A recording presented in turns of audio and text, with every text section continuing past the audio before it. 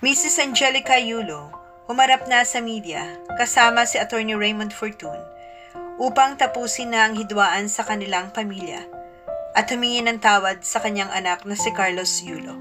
Pero bago pong ating balita, huwag pong kakalimutan mag-subscribe sa ating channel at pindutin ang notification bell para lagi po kayo updated sa ating mga balita.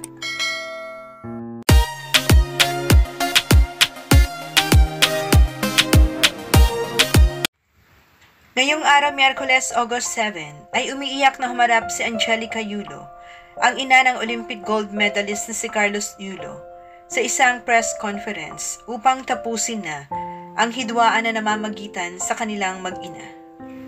Kasama ni Mrs. Yulo na humarap sa media ay ang kanyang legal counsel na si Attorney Raymond Fortun at nagbigay ito ng mensahe bilang tugon sa mga naging revelasyon ng kanyang anak hinggil sa kanilang hindi pagkakaunawaan. Narito ang bahagi ng naging pahayag ni Mrs. Yulo. Umabot na kasi ito sa nakakaalarmang sitwasyon dahil buong sambayanan ay alam na at nakaabang na sa mga susunod na salita ng bawat isa kung kailan dapat na ang ganitong hindi pagkakaunawaan ay mananatiling pribado at inaayos sa personal na paraan.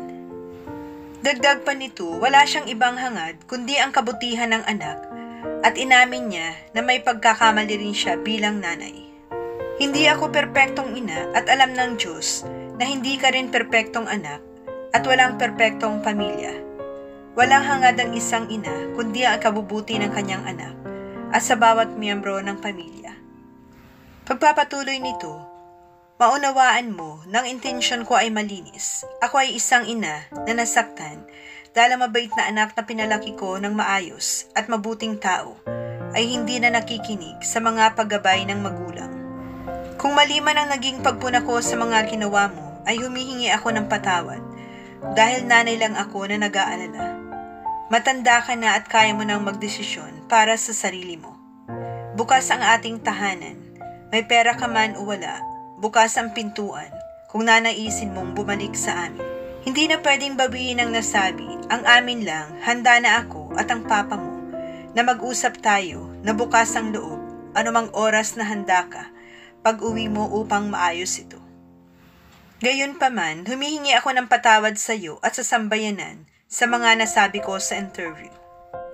Patawad anak, naiintindihan ko kung iisipin ng iba na kaya lang ako nagsasalita ngayon ay dahil sa iyong tagumpay at kasaganaan. Ako'y nagsasalita para ilagay na sa katahimikan ang issue.